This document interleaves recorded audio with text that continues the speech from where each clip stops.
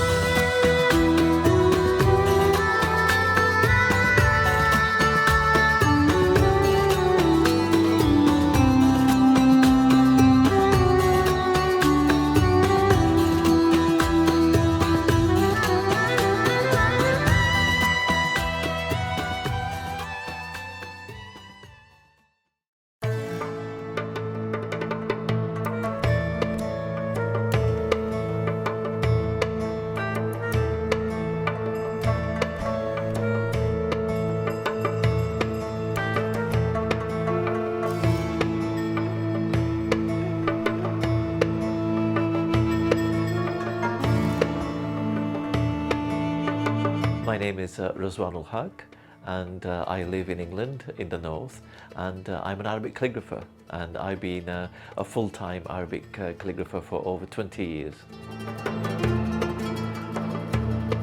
I really enjoyed art. From the first day of school, I loved art. But when I was 8 years old, I saw my uncle, some of the calligraphy that my uncle had created, and it was incredible. And he was actually an Arabic calligrapher. He could write verses of the Quran. He also was a scribe for many books, and that created an interest in me. So when I was small, I used to use bamboo pens, some wooden tablets, and hand-mixed ink. And I really enjoyed learning about the letters, learning about the words and how they form, and I just found it absolutely fascinating. So that was when I was very young. So as I got older, calligraphy never left me, and I just thought it was a great way to keep not just in touch with tradition or in touch with sort of sacred words, but also you could be very creative with it. You could create new worlds. So calligraphy actually gave us a new way of not just holding on to tradition, but also thinking about new things, and also creating words, creating worlds, creating many new things that haven't been created before.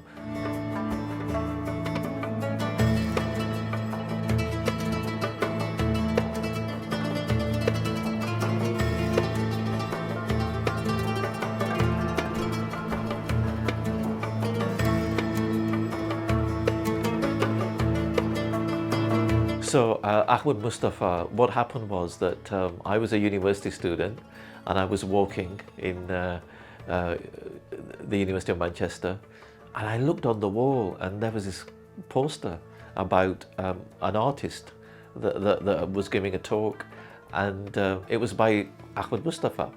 I had never seen calligraphy used that way. What I liked about Ahmed Mustafa was that he was using sort of traditional proportions. So the proportions he used were traditional, but he was painting the calligraphy in a very new way. Some people would say that's modern art, some people might call it postmodern, some people might call it contemporary, but I really like the way that he sort of blended the two. So that I found interesting. I had never seen anyone do that before.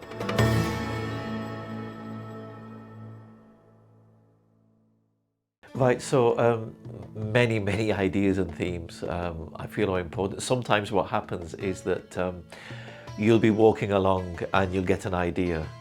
Sometimes what happens is that for 3 or 4 or 5 or 6 days you might be thinking of something. So I've written many books as well. So one of the books I wrote many years ago was The 99 Names of God. And so those were themes of the attributes of Allah, or the names of God, or the mirrors of God. Some people have different ways of saying that. And so in some series of my work, you can see that reflected, the idea of the divine, and the idea of a human being, and then the divine being, and different aspects of that sort of that way of looking, or that kind of relationship that a human being has in space as per the divine. So that's one theme. Another theme that's important, I think, is poetic themes. Sometimes we have Jalaluddin Rumi's poetry, or you have Iqbal's poetry, or you have Hafez's poetry, and you have many different poets. And sometimes I'll use a theme like that, or an Arabic saying, or an Ottoman saying, or an Urdu saying, or even an English saying. So the saying itself can be a theme. Sometimes I like to play with words as well, and I might create my own saying.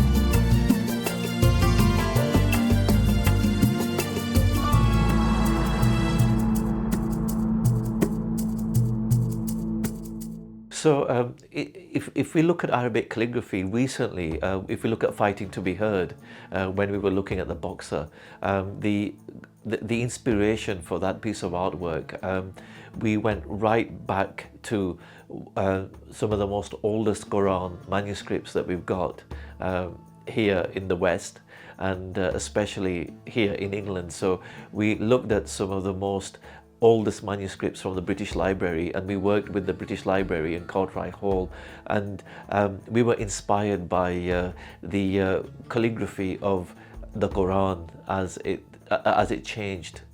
So how it was before 1,500 years ago, then how the calligraphy changed, which went into Kufic calligraphy, and how it sort of transformed, and how different, and also how it got filtered in different countries. So for example, when calligraphy went to Egypt, it was a little bit different. When it went to the north, it was a little bit different. When it went to the Maghrib, and also Muslim Spain, it was a little bit different. And also Chinese, when Arabic calligraphy met Chinese art and Chinese calligraphy, and that interplay. So those themes are very important to me. I think are very deep. When you think of the divine being, or when you think of what is a human being, Arabic calligraphy for over 1,000 years has been inspired by the sacred, and I think the sacred is something that really inspires us.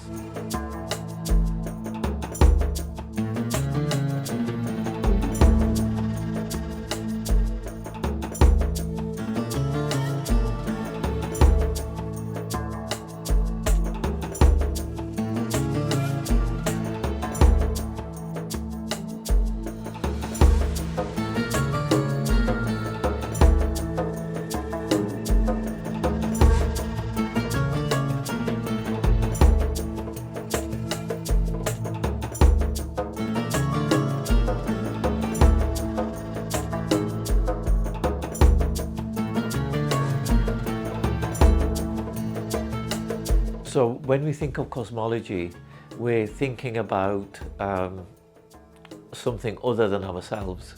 So for example, we are in this world, but also there are parallel worlds as well. So in one sense, we are part of the Earth, and then we are part of the solar system, and then the solar system is part of the galaxy, and then the galaxy is part of many other galaxies. But also there is the inner worlds. You know, sometimes people might say the world of angels or the spirit world, also the mathematical world. So we can look at the world through mathematics, we can look at the world through physics, and all of these different ways of looking, different ways of being, and different ways of living. I like to think very deeply about those and see how we can express those in our work. So when we think about cosmology, when I mean cosmology, I mean thinking about something greater than ourselves. And in my art, if someone looks at my calligraphy or looks at my art and it transports them to a different world, then that's what I mean by cosmology.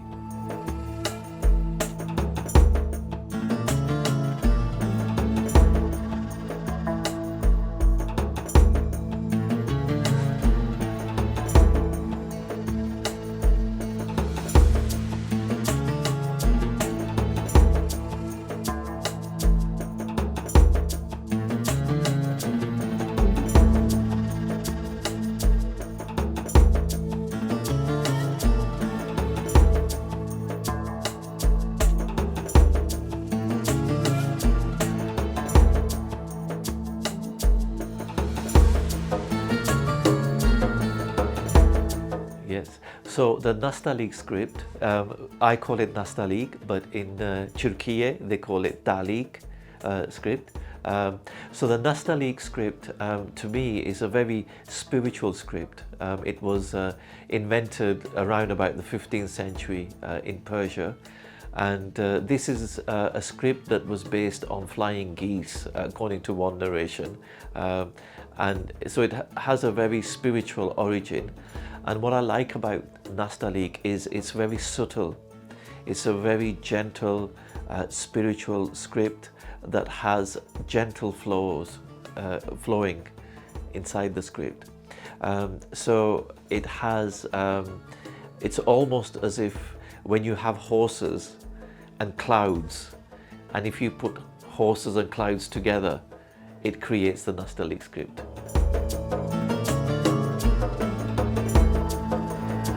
So the Nastaliq script is a very light script. It's a very spiritual script, and it was invented sometime in the 15th century, around that sort of time in Persia. And what I love about this script is that its subtlety. It's almost as if when you have horses and clouds and you put them together, it creates this script. Mevlana Rumi, Hafez, Iqbal, and also many different Arabic and Persian and Ottoman and Turkish poets are written in this script. Sometimes you find this script also written sometimes not as much outside the masjid in a mosque, but sometimes you will find it inside the masjid. Usually poetry is used in this script, so it's a very versatile script. But it's the spiritual aspect of the script that interests me a lot, and I find that this script lends itself to a very soulful looking at the world. So it's more very subtle. It has a very gentle quality, but in that gentleness there's a lot of power in there. The Nastaliq script is characterized by flight. They say it was based perhaps on flying geese, and it does have that aspect of the air about it.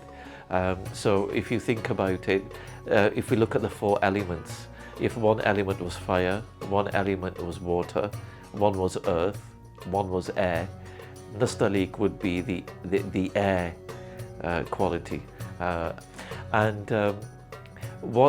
What drove me to it was that aspect. Now, the other thing about Nastaliq is that you can write other languages in Nastaliq very easily. So for example, Farsi is often written in Nastaliq, Urdu is written in Nastaliq, and also some of the sort of Chinese scripts as well are written in Nastaliq.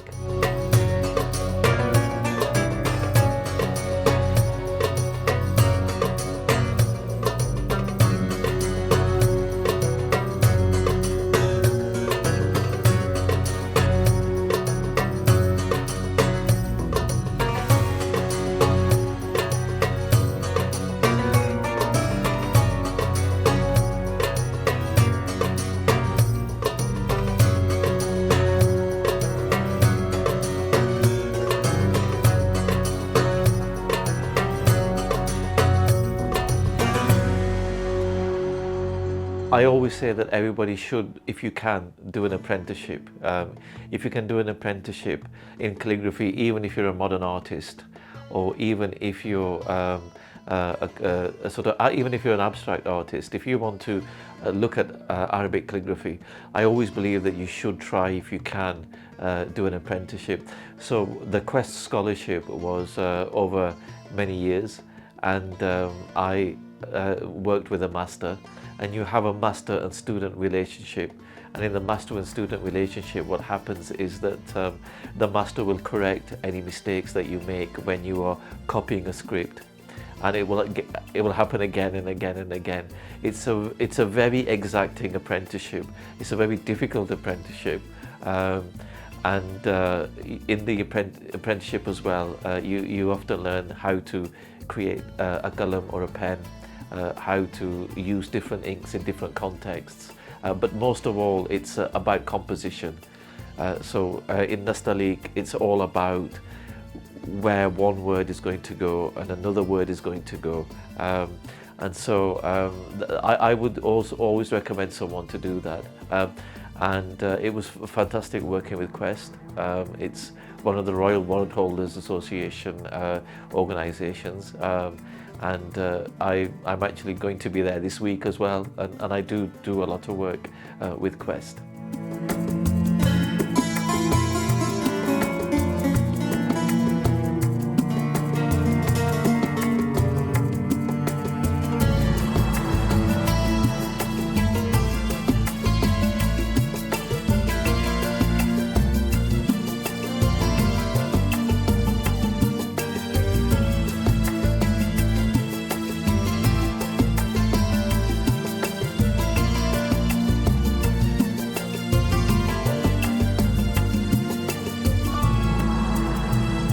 I think when we think of Arabic calligraphy goes very strongly towards spiritual devotion. And Arabic calligraphy, like we said, is very strongly linked to the Quran. It's very strongly linked to ahadith literature. It's very strongly linked to poetry. And it's very strongly linked to, for example, Sufi poetry, as well as many other aspects of poetry. It's a question that people sometimes can very easily get mixed up, because people sometimes think that meditation or reflection or sort of devotion and praying are not linked, but I think all of these have links. I think what's really important to recognize, and something we often forget, is that people who don't know any Arabic, or people who are not Muslim, they really enjoy Arabic calligraphy. So for example, when people looked at the Boxer, or when people looked at the Quran and they weren't Muslims, they really enjoyed it. And many people who don't know any Arabic, when they look at how beautiful Arabic looks, they love the flow of the script, but also people are really interested in finding out what is the spiritual devotion behind it. You know, people can sometimes pick it up. So for example, there was someone who didn't know any Arabic, and she said, "This is the first time I'm looking at a piece of artwork," and she said, "I know that this artwork is one of the names of God." She said, "I can feel it." She didn't know, she wasn't a Muslim, she didn't know any Arabic, and she said, "I can feel that this word is one of the names of God," and it was.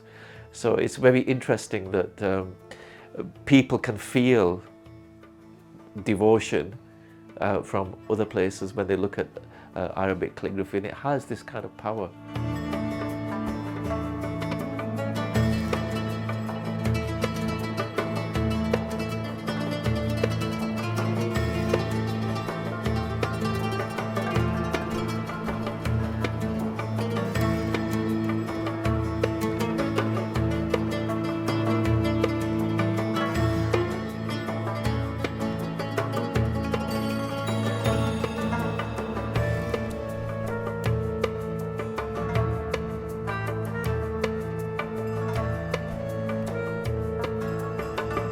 So I've been very, very lucky enough to have my work in lots of different spaces.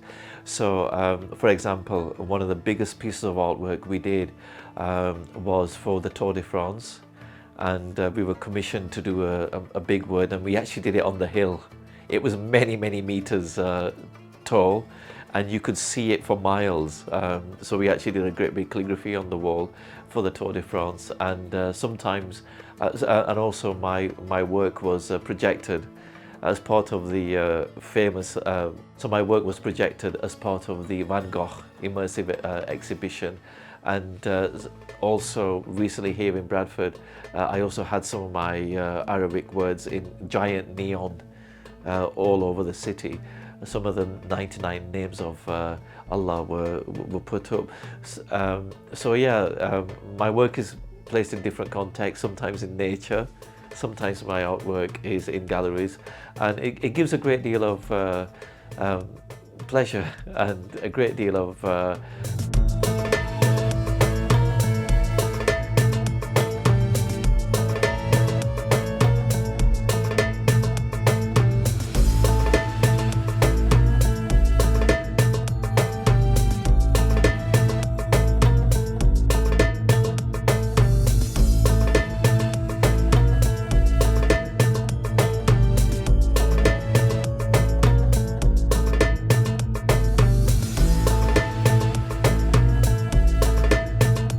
I think the sort of nature of some of the calligraphy that I do, I do like to look at the real world as well, you know, what is happening right now, and then connect that with the spiritual world. So some people call it perhaps magic realism, some people might call it contemporary art, some people might call it modern art, but yes, there is a juxtaposition in my artwork, some people say. So they'll say, what does a Lamborghini got to do with Arabic calligraphy? What does a helicopter got to do with Arabic calligraphy? What does a boxer got to do with Arabic calligraphy, or a comic book character? But these are lived experiences. So someone, for example, who plays football in their life, you know, that's a lived experience, and it's wonderful to sort of celebrate that lived experience and take inspiration from that. You know, we can also take inspiration from just a terraced house or just a chimney, for example. We can take inspiration from machines. I think that when the Quran, for example, talks about ayat and it talks about signs and symbols, the Quran says that you know, we will show you the signs that are in front of you, or we will show you the signs on the furthest horizons, al-aflak, and we will show you the signs within yourselves. So, to me, these are all signs. You know, these are all signs pointing to a greater good. So, for example, a machine can open the door to the soul.